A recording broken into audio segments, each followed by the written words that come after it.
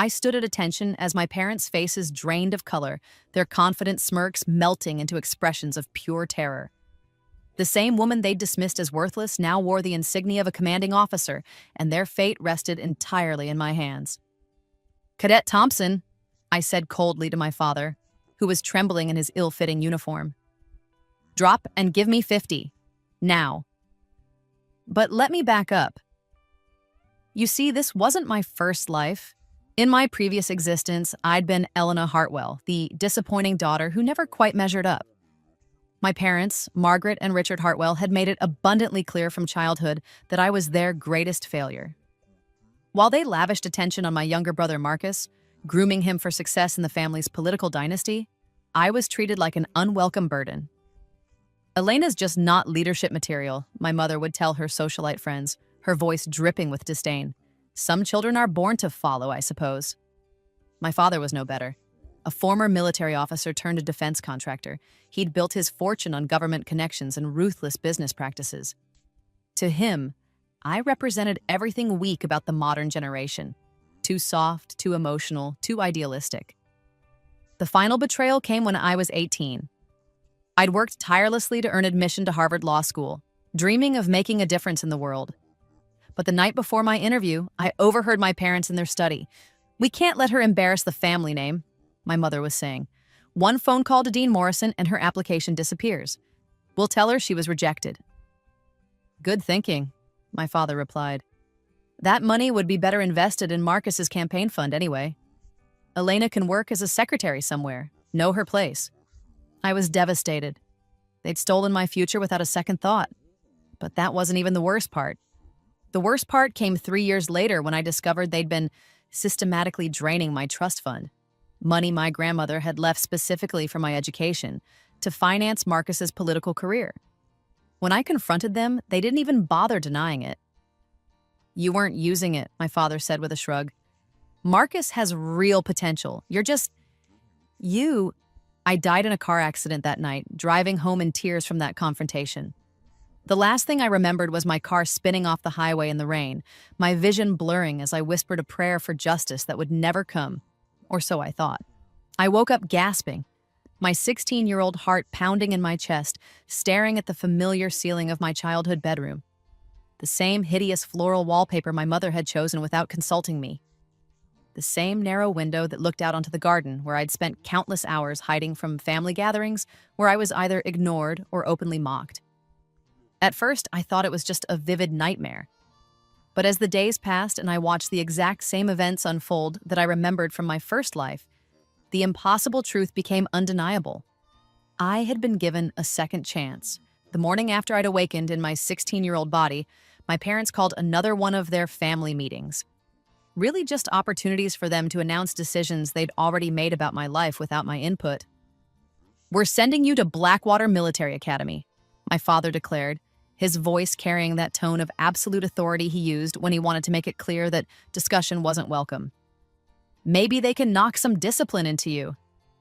My mother nodded approvingly, her perfectly manicured fingers drumming against her coffee cup.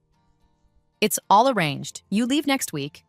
The tuition is quite expensive, but we've decided it's a worthwhile investment in your character development." In my first life, I'd begged and pleaded, promising to do better, to be the daughter they wanted. I'd cried and bargained and made myself even smaller than they already saw me. This time, I simply smiled. "That sounds perfect," I said, watching their faces falter with confusion. "Thank you for this opportunity." They exchanged glances, clearly expecting the hysterical breakdown that had characterized my reaction in my previous life.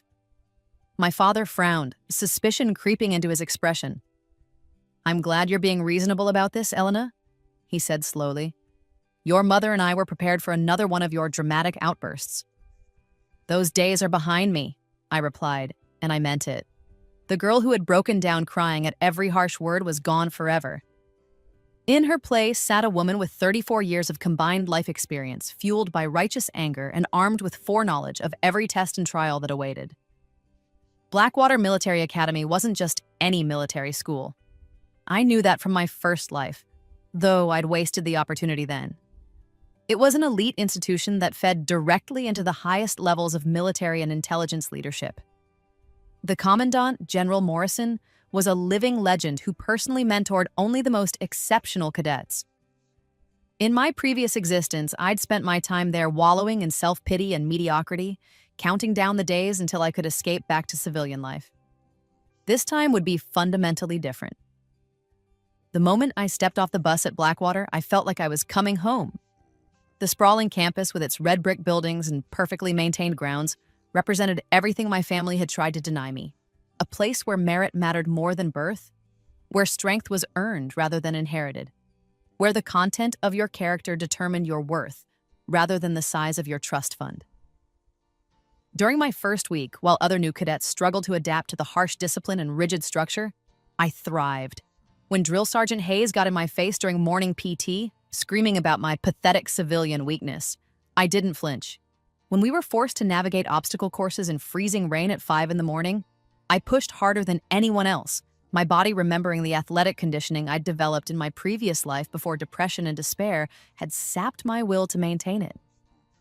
Most importantly, when the inevitable hazing began, older cadets trying to break the spirits of newcomers through psychological warfare and physical intimidation, I turned it around on them with tactics I'd learned from watching my parents manipulate people for years. "Is that really the best you can do?" I asked Cadet Williams, a third year who'd been systematically destroying my bunk and hiding my gear. He'd cornered me in the barracks after lights out, clearly expecting tears and begging. Because honestly, after living with my family for 16 years, this feels like a vacation. The unexpected response threw him off balance, and I pressed my advantage. "You know what real psychological warfare looks like? It's not petty pranks and stolen property. It's being told every day of your life that you're worthless while watching mediocre people get handed everything you've worked for. It's having your own parents steal your future and then act like they're doing you a favor. What you're doing is amateur hour." By the end of my first month, the hazing had stopped. Not because I'd complained to the authorities, that would have marked me as weak, but because I'd earned a reputation as someone who was genuinely harder than the circumstances they could create for me. But it was in the academic and leadership courses where I truly began to shine. Professor Williams would present complex tactical scenarios, and I'd provide solutions that left even senior cadets speechless. I remembered details from military documentaries I'd watched in my first life, techniques from leadership books I'd read while working dead-end jobs, insights gained from years of observing how power really worked in my family's political circles. "Remarkable," General Morrison said during one of our strategy sessions in my second semester. "Your tactical thinking is beyond your years, Cadet Hartwell. Have you considered a career in military intelligence?" If only he knew how literally true that statement was.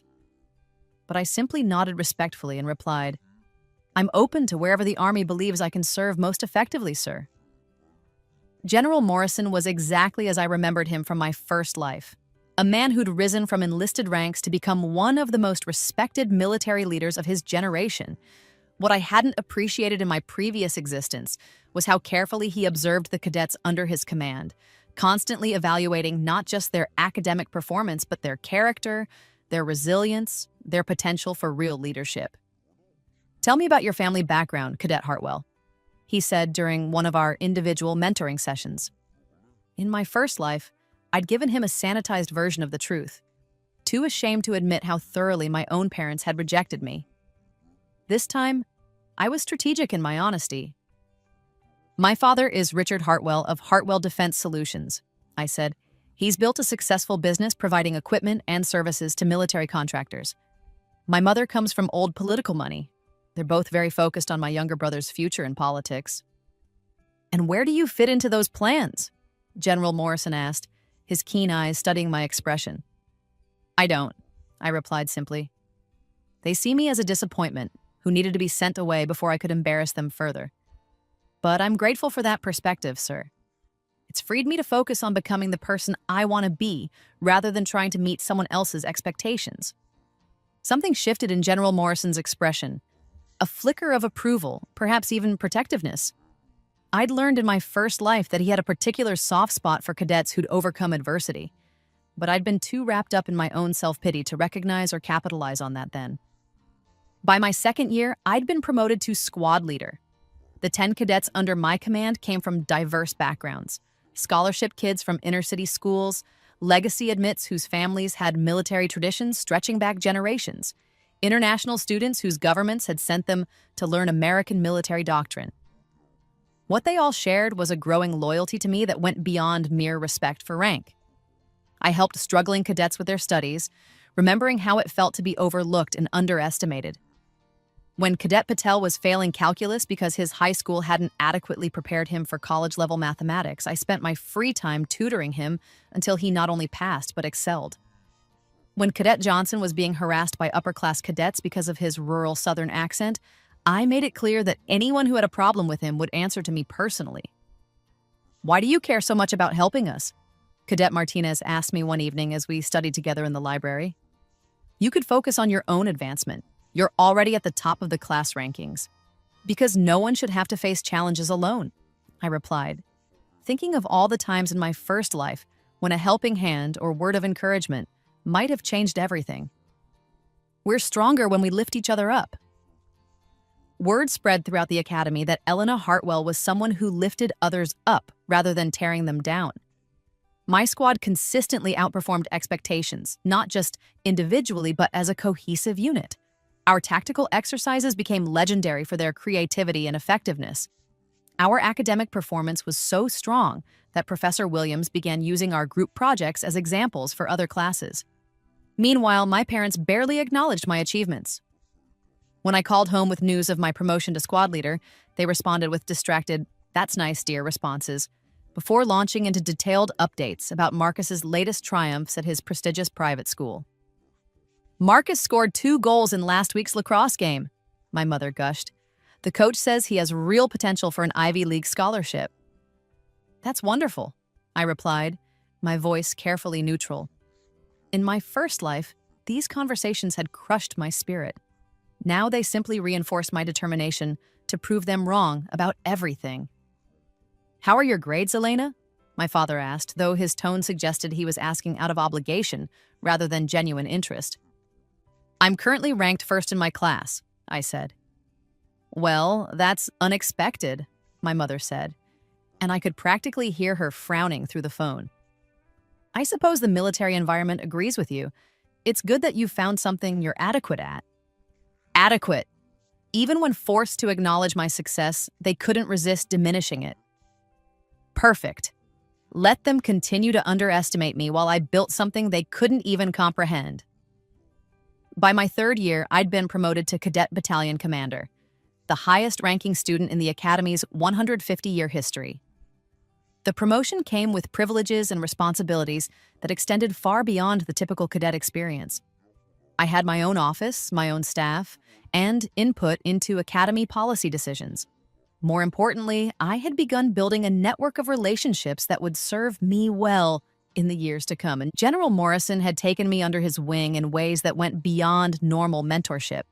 He included me in strategy meetings with visiting military officials, introduced me to influential alumni who held key positions throughout the defense establishment, and began grooming me for admission to West Point with his personal recommendation.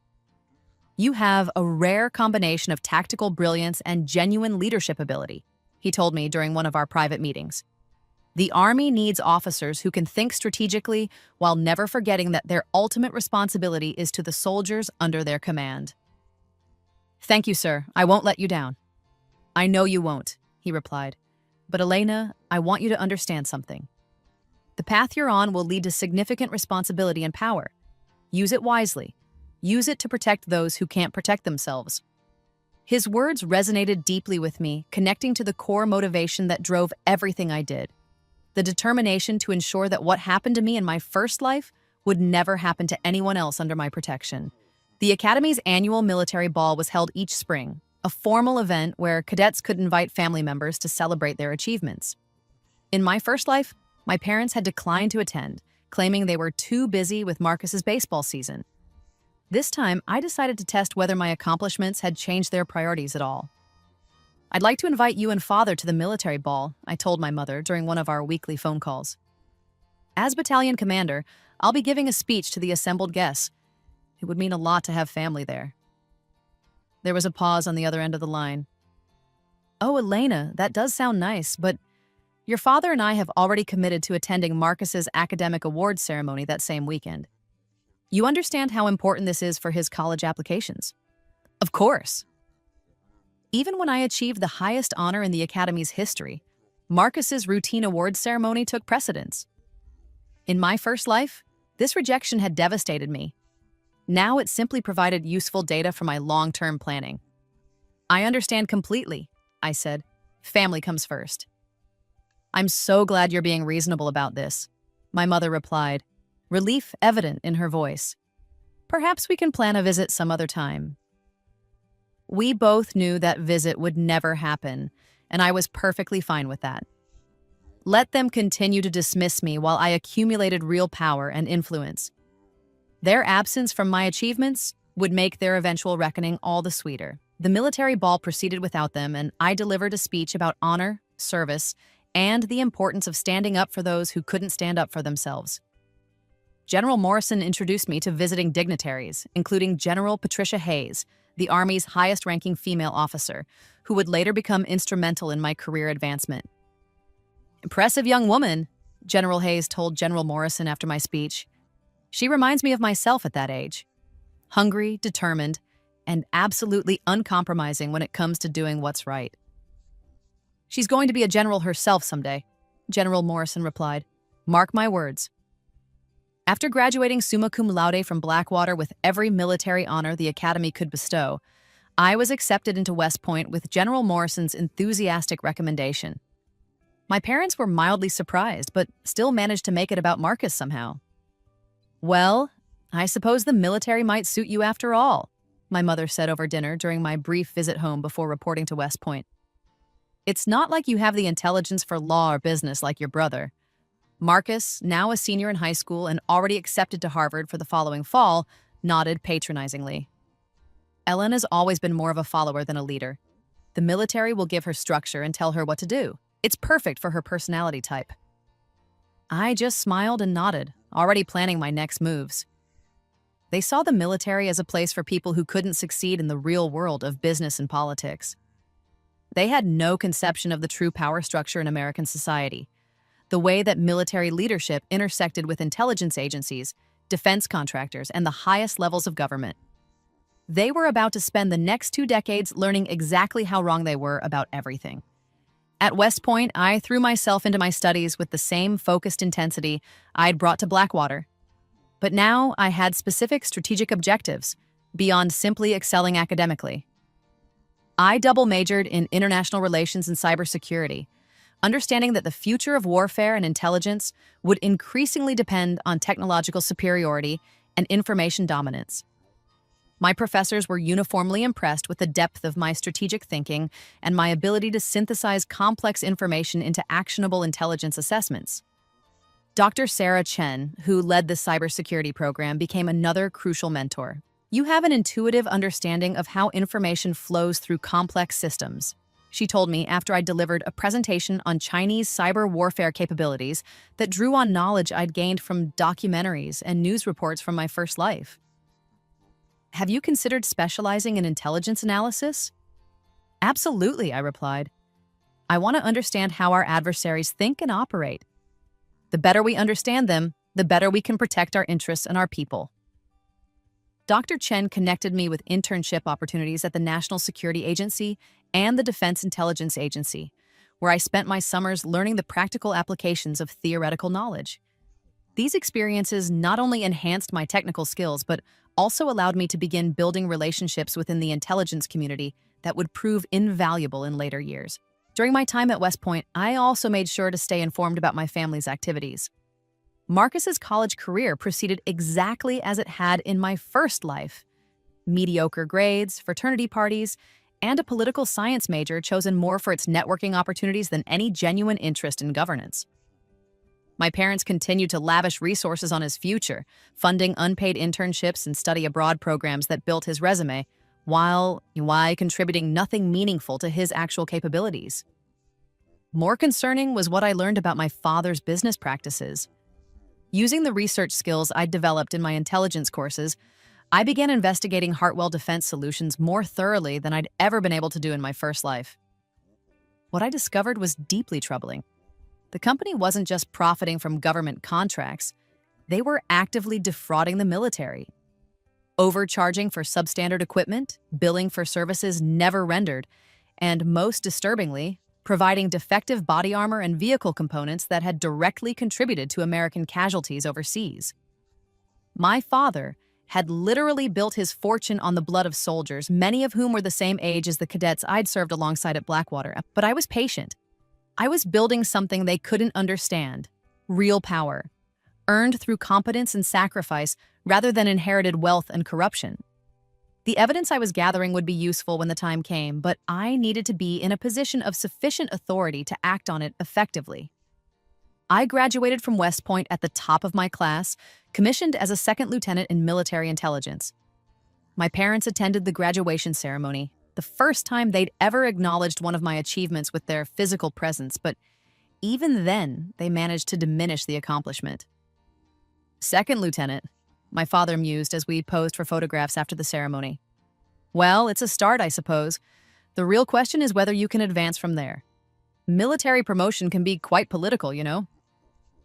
If only he understood just how political it could be. My first assignment was to Fort Gordon in Georgia, where I underwent specialized training in signals intelligence and cyber warfare. The work was demanding and constantly evolving, requiring me to stay current with rapidly advancing technology while mastering the timeless principles of intelligence analysis and counterintelligence operations. But it was during my first deployment to Afghanistan that I truly began to make my mark. The knowledge I'd retained from my first life about how the conflict would unfold gave me an almost supernatural ability to anticipate enemy movements and identify potential threats before they materialized. Within 6 months, my intelligence assessments had prevented multiple attacks on American forces and led to the capture of several high-value targets. Lieutenant Hartwell has an extraordinary talent for pattern recognition and threat assessment, my commanding officer, Colonel James Patterson, wrote in my first performance evaluation. Her analytical capabilities are matched only by her dedication to the welfare of the soldiers whose lives depend on the accuracy of her intelligence products. Colonel Patterson became more than just a superior officer during that deployment. He became a friend, mentor, and eventually much more. A career intelligence officer with tours in Iraq, Afghanistan, and various classified assignments, he understood the burden of knowing that your analysis could mean the difference between life and death for American service members. "You carry a heavy weight for someone so young," he told me one evening as we reviewed intelligence reports in our operations center. "How do you maintain your focus under that kind of pressure?" "By remembering that every decision we make affects real people with families and futures," I replied. "That's not a burden, it's a privilege. These soldiers trust us to give them the information they need to come home safely. We can't let them down." It was during that conversation that I first saw something shift in James's expression. A recognition that I wasn't just another ambitious young officer, but someone who genuinely understood the moral weight of military leadership. Our professional relationship gradually evolved into something deeper, though we were both careful to maintain appropriate boundaries given our respective positions in the chain of command. My rapid promotion to first lieutenant came after I identified a sophisticated IED network that had been responsible for dozens of coalition casualties. The intelligence I developed led to a coordinated operation that dismantled the entire network and captured its leadership, including a bomb maker who'd been on the military's most wanted list for 3 years. Exceptional performance in high-pressure operational environment read my citation for the Bronze Star Medal I received for that work. Lieutenant Hartwell's analytical brilliance and unwavering dedication to mission success directly saved countless American lives. The award ceremony was small and informal, just the kind of recognition that meant something to soldiers rather than the flashy political theater my family was accustomed to. My parents didn't attend, of course. They were too busy with Marcus's law school applications to bother with their daughter's military honors. But General Morrison flew to Afghanistan for the ceremony, making time in his schedule as the new Deputy Chief of Staff for Intelligence to personally pin the medal to my uniform. "I told you that you'd be a general someday," he said quietly as we stood together after the formal ceremony. "This is just the beginning." "Thank you, sir, for everything." "Don't thank me yet. he replied with a smile. I'm not done making your life difficult. I'm recommending you for the captain's career course ahead of schedule, followed by assignment to the Pentagon. It's time for you to start learning how the big picture fits together. The Pentagon assignment was a revelation. Working in the Defense Intelligence Agency's Strategic Analysis Division, I gained insight into the highest levels of national security decision-making. I was no longer just providing tactical intelligence for specific operations. I was contributing to the strategic assessments that shaped American foreign policy and military doctrine. My specialty became the intersection of cyber warfare and traditional military operations, an area where my technical background and operational experience gave me unique insights. The reports I produced found their way to the desks of cabinet officials and congressional committee chairs, influencing decisions that affected global stability. It was during this assignment that I also began to understand the full scope of the corruption in defense contracting that my father's company represented. From my position within the intelligence community, I had access to audit reports, whistleblower complaints, and classified assessments of contractor performance that painted a damning picture of systemic fraud throughout the industry. Hartwell Defense Solutions was far from the worst offender, but they were emblematic of the problem. Companies that prioritized profit over the lives of the soldiers who depended on their products. I began building a comprehensive file on their activities, knowing that someday I would be in a position to act on the information I was gathering. My promotion to captain came after I authored a strategic assessment of Chinese cyber capabilities that fundamentally changed how the Pentagon approached information security. The report was classified at the highest levels, but its recommendations led to billions of dollars in new cybersecurity investments and a complete overhaul of military network architecture. Captain Hartwell represents the future of military intelligence, General Hayes wrote in her endorsement of my promotion. Her ability to synthesize complex technical information with strategic military thinking makes her invaluable to our national security efforts. James, who had also been promoted and was now serving his own Pentagon assignment, was there when I received my captain's bars. Our relationship had evolved carefully over the years, always professional but with an underlying understanding that something deeper was developing between us. Congratulations, Captain, he said after the brief ceremony. Ready for the next challenge? Always, I replied. What do you have in mind? Command, he said simply. It's time for you to start leading soldiers again, not just analyzing intelligence. General Morrison has arranged for you to take over a company in the 82nd Airborne. It's a good unit, but they've been through some difficult deployments. They need leadership they can trust. Command was indeed the next logical step in my career progression, but it also represented something more personal. An opportunity to put into practice all the lessons I'd learned about leadership and loyalty during my time at Blackwater and in subsequent assignments. The 82nd Airborne Division at Fort Bragg was legendary for its combat effectiveness and esprit de corps. But Charlie Company had suffered significant casualties during recent deployments to Iraq and Afghanistan. Morale was low, retention was poor, and the soldiers had developed a cynical attitude toward military leadership that reminded me uncomfortably of my own feelings toward authority figures in my first life. My first meeting with the company's senior non-commissioned officers was tense and formal. These were combat veterans who'd seen too many young officers come and go, most of them more concerned with advancing their own careers than taking care of their soldiers. Ma'am, with respect, we've had 4 different company commanders in the last 2 years. First Sergeant Rodriguez told me bluntly. The men are tired of adjusting to new leadership styles and new priorities every few months. I understand that frustration, First Sergeant, I replied. And I want you to know that I'm not here to make my mark by changing everything the previous commanders did. I'm here to build on what works and fix what doesn't. But I can't do that without honest input from the NCOs who actually know these soldiers and understand their needs. Over the following weeks, I made it a point to learn every soldier's name, background, and personal circumstances. Private Johnson was supporting his younger sister's college tuition. Sergeant Martinez was dealing with a messy divorce that was affecting his focus. Specialist Wong was struggling with PTSD from his last deployment, but was afraid to seek help because he thought it might hurt his career. I addressed each situation individually, connecting soldiers with resources, advocating for them with higher headquarters when necessary, and, most importantly, demonstrating that their welfare was my primary concern as their commander.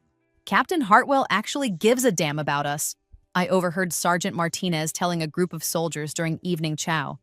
She's not just checking boxes and waiting for her next promotion. That respect translated into performance. Charlie Company's readiness ratings improved dramatically, retention rates increased, and most importantly, the soldiers regained confidence in themselves and their mission. When we deployed to Afghanistan for what would be my second combat tour, the unit performed with a cohesion and effectiveness that drew praise from brigade and division leadership. But it was during that deployment that I also received news that would set the final phase of my revenge plan in motion.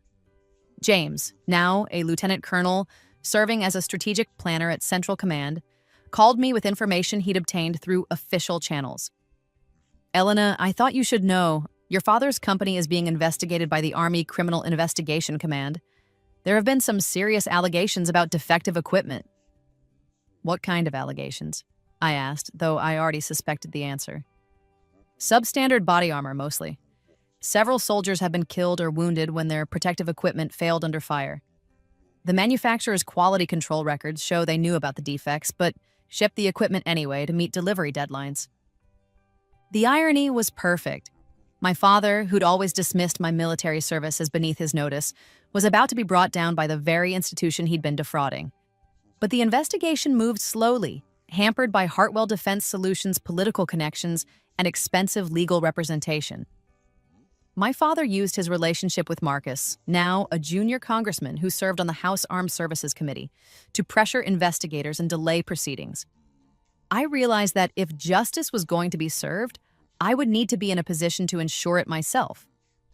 My promotion to major came with assignment to the Military Intelligence Training Center at Fort Devens in Massachusetts, the same facility where my father's company held their primary government contract. The position made me responsible for training the next generation of military intelligence officers, while also overseeing security protocols for the base's extensive classified research and development programs. More importantly, it gave me oversight authority for all contractor operations on the installation, including regular security reviews and performance assessments that were entirely within my purview as base commander. And the first thing I did after assuming command was initiate a comprehensive review of all contractor relationships, citing routine security concerns that were completely legitimate given the sensitive nature of the work performed at Fort Devens. My team of investigators, all soldiers who'd served under me and trusted me implicitly, approached the task with the thoroughness and attention to detail that I'd trained them to apply to all intelligence operations. What they uncovered was even more damning than I'd expected. Hartwell Defense Solutions hadn't just provided defective equipment. They'd falsified quality control records, bribed inspection officials, and systematically overcharged the government for substandard products. The paper trail of fraud stretched back over a decade and involved millions of dollars in illegal profits. But I didn't just want to destroy their company. I wanted to destroy them personally, the way they'd tried to destroy me. While the investigation proceeded, I reached out to my parents for the first time in years, suggesting we arrange a meeting to discuss my father's upcoming contract renewal. I played the part of the dutiful daughter perfectly, hinting that I might be able to help expedite the approval process if we could work out some mutually beneficial arrangements. They agreed immediately, sensing an opportunity to exploit their military daughter for personal gain. The irony was delicious. They were so eager to use me that they never considered I might be using them. "The meeting will be held here at Fort Devens," I told them over the phone. "It's a formal military facility, so you'll need to report to the main gate as civilians seeking base access. Standard procedure." What they didn't know was that the moment they set foot on my base, they would be subject to military jurisdiction and military justice. The morning of our scheduled meeting, I stood in my office reviewing the final details of my plan. My aide, Captain Rodriguez, one of the former Blackwater cadets who'd requested assignment under my command, knocked on my door. "Ma'am, the civilians are here for your meeting. They've been processed through security and are waiting in conference room B." "Thank you, Captain. And the other arrangements?" "All in place, ma'am. The investigation team is standing by, and base security has been briefed on the situation." I straightened my uniform, checking my reflection in the window that overlooked the parade ground where young soldiers were conducting morning PT. The woman looking back at me bore little resemblance to the broken, defeated girl my parents remembered. This woman wore the rank of major, commanded the respect of hundreds of soldiers, and held the power to bring justice to those who'd escaped it for far too long. "Time to go," I murmured to myself. I walked into conference room B to find my parents waiting with confident smiles, clearly expecting to manipulate their naive military daughter into helping them secure another fraudulent contract. Marcus was there too, now a sitting congressman who'd undoubtedly been briefed on how to leverage his sister's position for mutual political and financial gain. "Elena!" my mother exclaimed, standing to embrace me. "Look at you! So distinguished in your uniform!" The embrace felt hollow and calculated, just like every gesture of affection I'd ever received from her. In my first life, I'd craved even these fake demonstrations of maternal love. Now they simply reinforced my resolve. My father nodded approvingly, his eyes taking in my rank insignia with newfound respect. "Major, is it? Impressive. I always knew the military would be good for you. Gives you structure, purpose, a clear hierarchy to follow." The condescension was still there, barely concealed beneath a veneer of approval. Even now, faced with evidence of my success that dwarfed anything they'd achieved through their corruption, they couldn't resist the urge to diminish my accomplishments. "Please sit," I said, gesturing to the chairs across from me. "We have a lot to discuss." For the next 20 minutes, I let them talk. They laid out their expectations for the contract renewal, dropped hints about how family loyalty should influence my decision-making, and even had the audacity to suggest that approving their contract quickly might lead to opportunities for me in the private sector after my military service ended. Marcus was particularly crude in his approach, treating the conversation like a political deal-making session where family obligations were just another form of currency to be traded. "Elena, you have to understand the bigger picture here," he said, leaning forward with the earnest expression he'd perfected during his political campaigns. "Dad's company provides jobs for hundreds of people. The contracts we're discussing support entire communities. Sometimes the greater good requires us to be flexible about minor procedural issues." Minor procedural issues. That's how he characterized equipment failures that had killed American soldiers. I recorded every word through the digital surveillance system that monitored all meetings in the facility. Every casual admission of corruption, every callous dismissal of military casualties, every assumption that family loyalty trumped legal and ethical obligations. "That's all very interesting," I said, when they finally finished their pitch.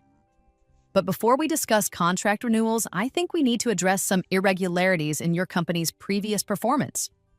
I slid a thick folder across the table, the culmination of months of investigation by my team. This contains documentation of systematic fraud spanning the last 12 years.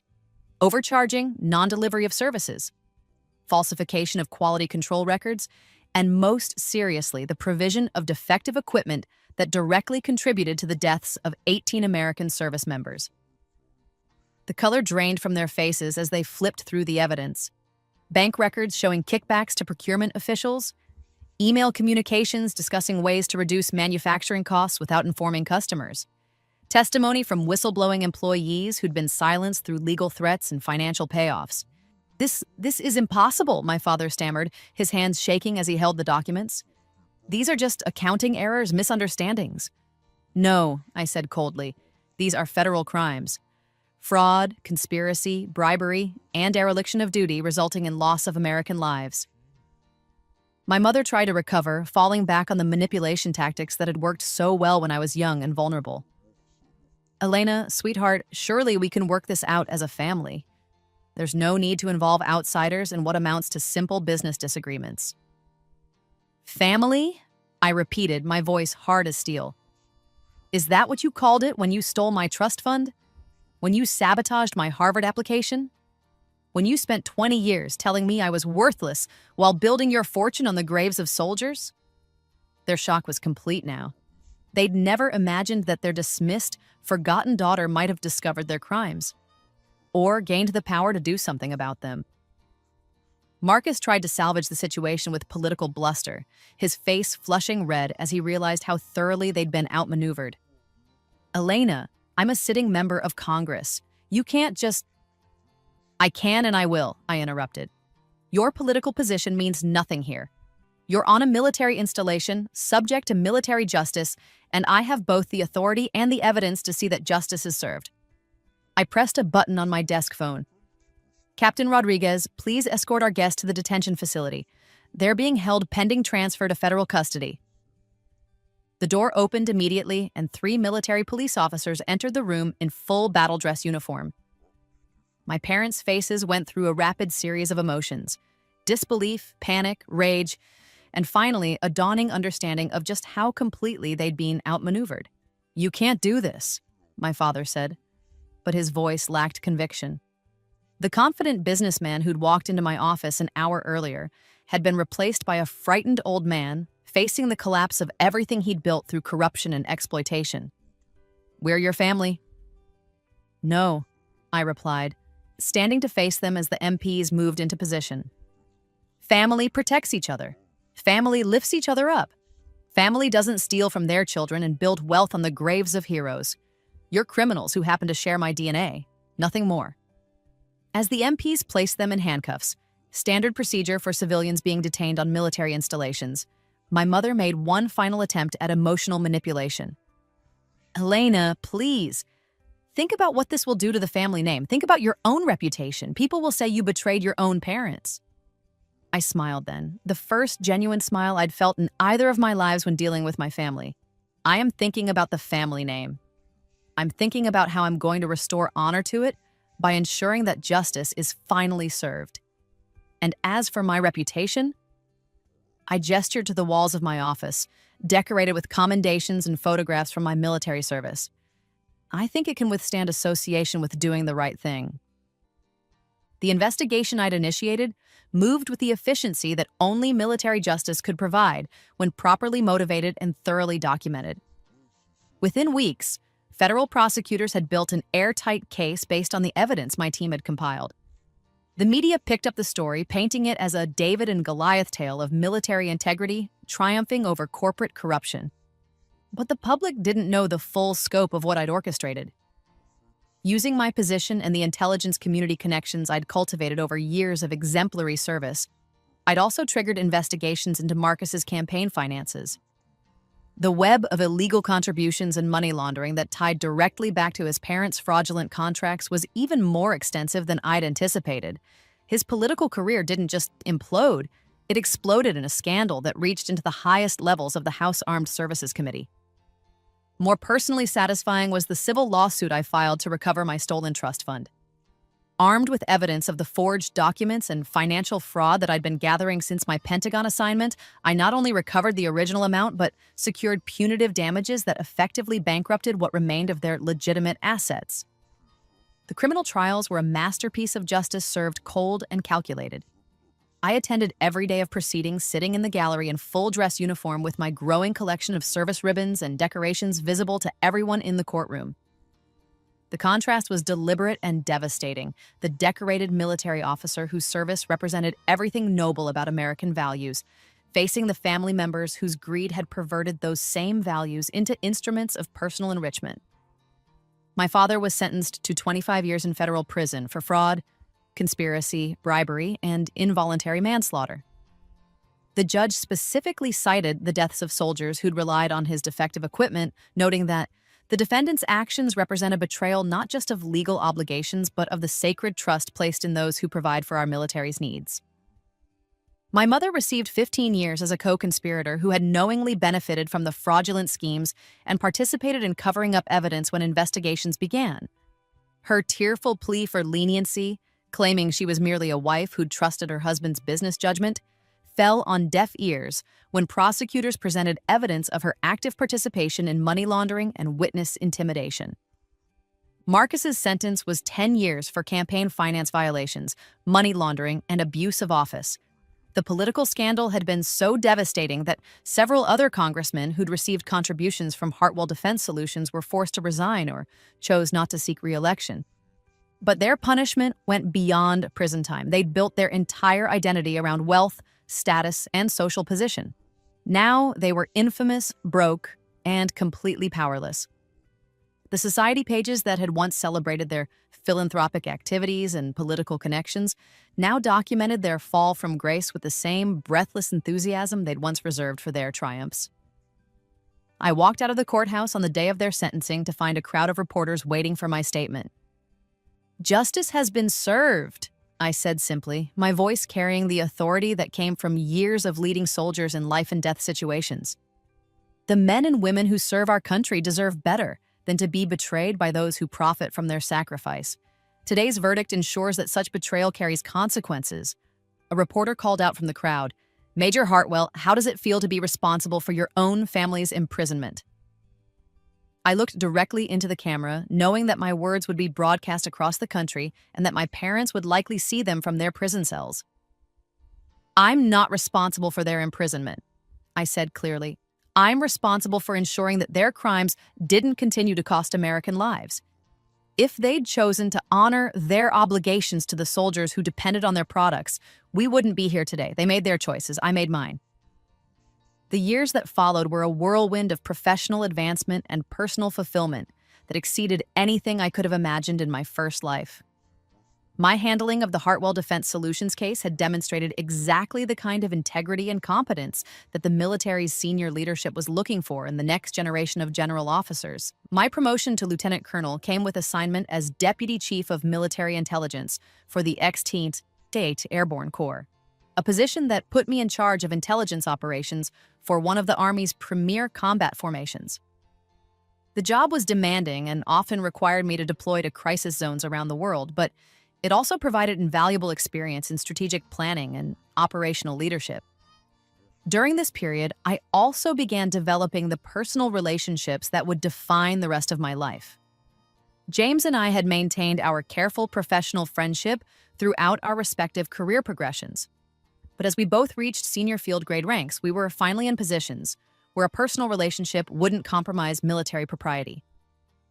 Our courtship was conducted with the same careful planning and attention to detail that we brought to our professional responsibilities. Dinner conversations often revolved around international security challenges and military doctrine, but gradually expanded to include discussions of the future we might build together. "I've been thinking about what comes next," James told me during one of our rare weekends together between deployments. We were walking through the gardens at Mount Vernon, taking advantage of a brief respite from our respective duties. "Professionally or personally?" I asked, though I suspected I knew the direction of his thoughts. "Both," he replied, stopping to face me beneath one of the estate's ancient oak trees. "Elena, we've both dedicated ourselves to serving something larger than our individual ambitions. But I think we could serve even more effectively together, as partners in every sense of the word." The proposal that followed was simple and perfect. No elaborate staging or unnecessary drama, just two people who understood each other completely, making a commitment to face whatever challenges lay ahead as a team. We were married in a small ceremony at the Cadet Chapel at West Point, with General Morrison officiating and many of our Blackwater and Military Academy classmates in attendance. The contrast with my parents' absence was noted but not dwelt upon. Everyone in attendance understood that families of choice often mattered more than families of birth. My promotion to colonel came shortly after our marriage, along with assignment as Director of Intelligence Analysis at the Defense Intelligence Agency. The position put me at the center of America's strategic intelligence efforts, responsible for producing the assessments that shaped national security policy at the highest levels. It was challenging work that required me to synthesize information from sources around the world, but it also provided insights into the broader patterns of international conflict and cooperation that would prove invaluable in later assignments.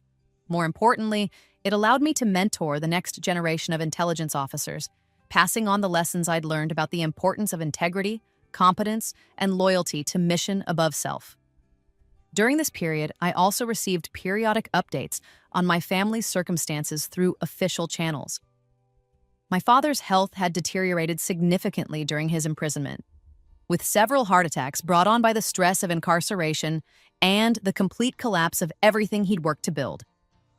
My mother had developed severe depression and spent most of her time in the prison medical facility, heavily medicated and largely disconnected from reality. Marcus had been attacked multiple times by fellow inmates who'd learned about his role in providing defective equipment to soldiers. Prison, it seemed, had its own form of justice for those who betrayed military personnel. I felt no sympathy for their suffering. They'd created their own hell through their choices, just as I'd created my own heaven through mine. My promotion to Brigadier General came after I successfully led a joint intelligence task force that disrupted a major terrorist financing network spanning 3 continents. The operation required months of careful planning and coordination with international partners, but resulted in the capture of dozens of high-value targets and the seizure of assets worth hundreds of millions of dollars. Brigadier General Hartwell represents the best of American military leadership, General Hayes said during my promotion ceremony. Her combination of tactical brilliance, strategic vision, and unwavering integrity makes her invaluable to our national security efforts. The promotion came with assignment as Commanding General of the Military Intelligence Training Center at Fort Devens, the same facility where I'd brought down my family's criminal enterprise, now under my complete command. The irony wasn't lost on me. The place where my parents had thought they could exploit their military daughter for personal gain had become the foundation of my rise to general officer rank. But more than personal satisfaction, the assignment represented an opportunity to implement the kind of training and leadership development programs I'd envisioned since my days as a cadet at Blackwater. I wanted to ensure that every intelligence officer who passed through Fort Devens understood not just the technical aspects of their profession, but the moral obligations that came with the power to influence life and death decisions. Under my leadership, the facility became known throughout the military as the premier center for ethical leadership development as well as technical training. We established the Warrior Scholar program that combined advanced academic study with practical field experience, producing intelligence officers who could think strategically while never forgetting their ultimate responsibility to the soldiers whose lives depended on their analysis. My personal life during this period was equally fulfilling. James and I had been blessed with twin daughters, Hope and Justice, names that reflected both our military values and our commitment to leaving the world better than we'd found it. Watching them grow and develop their own personalities provided a joy and sense of purpose that complemented rather than competed with my professional responsibilities.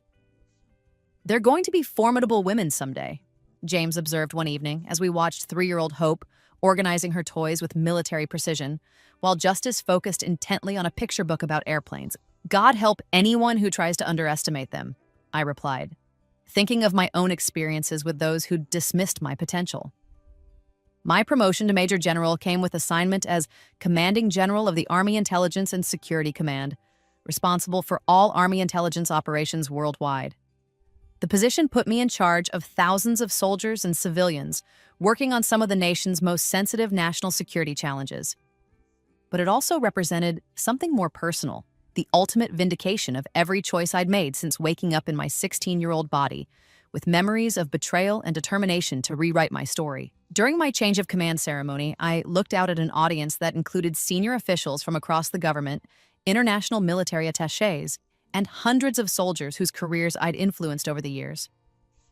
In the front row sat General Morrison, now retired, but still the mentor whose belief in my potential had helped shape everything that followed. "Leadership isn't about commanding others," I said in my remarks to the assembled audience. "It's about serving something larger than yourself and ensuring that those who follow you have the opportunity to reach their own potential. Every soldier under my command represents unlimited possibilities, and my job is to help them realize those possibilities in service to our nation." After the ceremony, General Morrison approached me with a smile that carried decades of shared experiences and mutual respect. "I told you that you'd be a general someday," he said quietly as we stood together watching the reception that followed the formal ceremony. "But I have to admit, even I didn't anticipate how far you'd rise or how much good you'd accomplish along the way. Thank you, sir, for everything, for seeing something in me when no one else did, for giving me opportunities to prove myself, for teaching me that true leadership means lifting others up." "You taught me something too, Elena," he replied.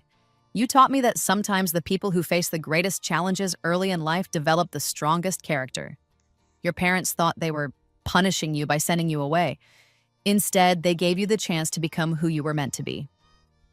That evening, James and I stood on the balcony of our quarters overlooking Fort Belvoir, watching the sunset paint the sky in shades of gold and crimson. Our daughters were asleep inside, exhausted from the excitement of the day's ceremonies and the attention of hundreds of well-wishers. "Do you ever think about what would have happened if things had been different?" James asked, his arm around my shoulders as we enjoyed one of our rare moments of complete peace. "Different how?" I replied, though I understood what he was asking.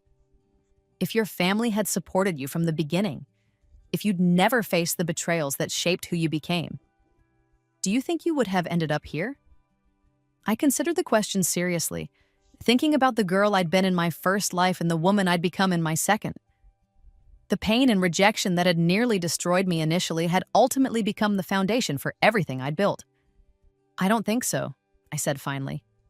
"The challenges I faced taught me things about resilience, loyalty, and justice that I might never have learned otherwise. They taught me to value the people who stand by you when things are difficult, and to never take success for granted." "No regrets, then?" "None," I said firmly. "Every experience, even the painful ones, led me to this moment, to this life, to you and our daughters and the work we're doing to make the world safer and more just." As if summoned by our conversation, Hope appeared in the doorway in her pajamas, rubbing sleepy eyes and clearly having awakened from a dream. "Mommy, I dreamed you were fighting bad guys and protecting people," she said, running to hug my legs. "Just a dream, sweetheart," I replied, lifting her up to join us on the balcony. But sometimes dreams can show us what's important, taking care of the people we love and standing up for what's right. Justice appeared moments later, not wanting to be left out of whatever was happening. Soon we were all standing together under the stars, our family complete and our future bright with possibilities. 10 years have passed since that evening, and the life I've built continues to exceed anything I could have imagined in either of my lives. I now serve as a lieutenant general, commanding all Army intelligence operations, responsible for protecting American interests around the world and ensuring that our soldiers have the information they need to succeed in their missions. Under my leadership, we've revolutionized how the military investigates fraud and protects service members from exploitation. The Hartwell Protocols, named ironically after my family's case, have become the gold standard for contractor oversight and have prevented countless instances of the kind of corruption that once cost American lives. My personal achievements have been recognized with awards and honors that span the spectrum of military recognition.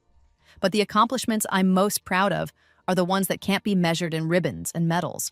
The soldiers I've mentored who've gone on to successful careers of their own.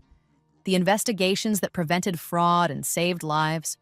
The programs that ensure military families receive the support and respect they deserve. And I've also used my position and growing influence to establish the Elena Morrison Foundation, named after my grandmother and General Morrison, the two people who believed in me when no one else would.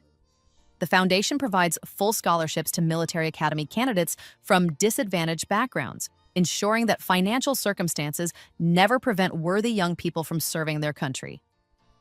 To date, we've funded over 500 scholarships, with recipients going on to serve as officers throughout all branches of the military.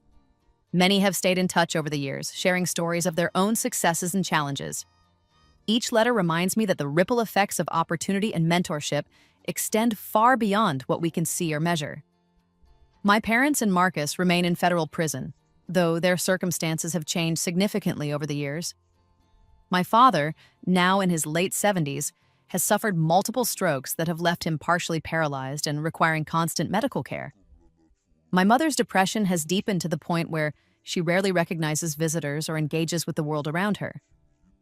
Marcus has found religion in prison, a common occurrence among inmates facing long sentences, and has written me several letters over the years requesting forgiveness and reconciliation. His most recent letter arrived last month, filled with biblical quotations and claims that he's become a different person through his suffering. I read each letter once, then file them away without responding. Some people deserve second chances, but they are not among them. Their suffering in prison doesn't erase the suffering they caused others, and their belated remorse doesn't obligate me to provide the absolution they seek. Hope and Justice are now 13 years old, developing into the formidable young women James predicted they would become. Hope has inherited my strategic mind and tactical thinking, often approaching problems with a methodical analysis that reminds me of my own approach to challenges. Justice has her father's intuitive understanding of people and situations, combined with a fierce sense of right and wrong that I recognize from my own experience. Both girls understand that their mother has an important job that sometimes requires travel and long hours, but they also know that they are my highest priority and that everything I do professionally is ultimately in service of creating a better world for them to inherit. Mom, why do some people try to hurt soldiers? Justice asked me recently after overhearing a phone conversation about a new fraud investigation. Because some people care more about money than they do about doing what's right, I replied. They forget that soldiers are real people with families who love them, not just numbers on a spreadsheet. That's stupid, Hope declared with the certainty that only teenagers can muster. Don't they understand that soldiers protect everybody?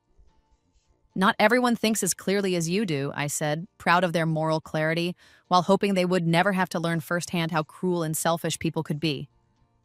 This morning, I stood before a formation of new intelligence officers at Fort Devens, delivering a speech about honor, integrity, and the true meaning of service. Looking out at those young faces, I saw myself as I could have been in my first life, uncertain, overlooked, underestimated, and as I became in my second life through determination, hard work, and the support of people who believed in my potential. Never let anyone convince you that you're not worthy of greatness, I told them, the same words I'd spoken to countless young soldiers over the years. The only limits on your potential are the ones you accept for yourself. And remember, the best response to those who try to tear you down is building a life so successful, so meaningful, that their opinions become irrelevant. After the ceremony, I returned to my office to find my aide waiting with the day's briefings. Among them was a report on a new investigation into defense contractor fraud. Apparently, some companies hadn't learned the lesson my family's case was supposed to teach. I smiled as I reviewed the evidence, thinking about the young investigators who would cut their teeth on this case, just as I'd cut mine on more complex challenges years earlier. The cycle of mentorship and development continued, each generation building on the work of those who came before. But more than professional satisfaction, I felt the deep contentment that comes from knowing I'd used my impossible second chance wisely. The girl who died in that car crash 27 years ago had been powerless to prevent the injustices inflicted on her. The woman who'd taken her place had spent every day since then building the power and position necessary to ensure that similar injustices would never go unpunished. That evening, James and I attended a military ball at the Officers Club, one of dozens of formal events that filled our social calendar throughout the year. As we danced to music played by the Army Band, I reflected on how different this scene was from the military ball at Blackwater, where my parents had chosen to attend Marcus's awards ceremony instead. "What are you thinking about?" James asked, noting my contemplative expression. "Just remembering how far we've come," I replied, "and thinking about how much farther we still have to go." "Any regrets?" he asked, echoing our conversation from years earlier. "None," I said, just as I had then. "Every experience led me here, to this moment, to this life with you and our daughters and the work we're doing together." As we continued dancing, I caught sight of my reflection in the ballroom's mirrors. A woman in dress blues with silver stars on her shoulders, surrounded by fellow officers who respected her judgment and trusted her leadership. The scared, broken girl my parents had tried to discard was nowhere to be seen. In her place stood someone who'd learned that the best revenge isn't destruction, it's transformation. It's taking everything your enemies use to hurt you and turning it into the foundation for something they could never imagine achieving themselves. My parents had thought they were sending me away to disappear. Instead, they'd given me the opportunity to become everything they'd always claimed I could never be: strong, successful, respected, and completely beyond their reach. And every morning when I put on my uniform and pin my stars to my collar, I think about that scared, defeated girl who died in a car crash so many years ago. I think about how proud she would be to see what we became together, how amazed she would be to discover that her darkest moment became the catalyst for her greatest triumph. And then I get back to work because there's still so much left to build, so many young soldiers to mentor, so many wrongs to right. The second chance I'd been given wasn't just for my own benefit. It was an opportunity to ensure that others facing similar challenges would have advocates and protectors they could count on. The story of my revenge against my family was complete, but the story of the life I'd built from the ashes of their betrayal was still being written. And every chapter promised new opportunities to transform pain into purpose, setbacks into strength, and the scars of the past into the foundation for a better future. My parents had tried to break me, but instead they'd forged me into something stronger than they could comprehend. The daughter they'd dismissed had become the woman who would define their legacy, not as successful business people or political operators, but as cautionary examples of what happened when greed and cruelty finally met justice. And justice, I'd learned, was always worth the wait.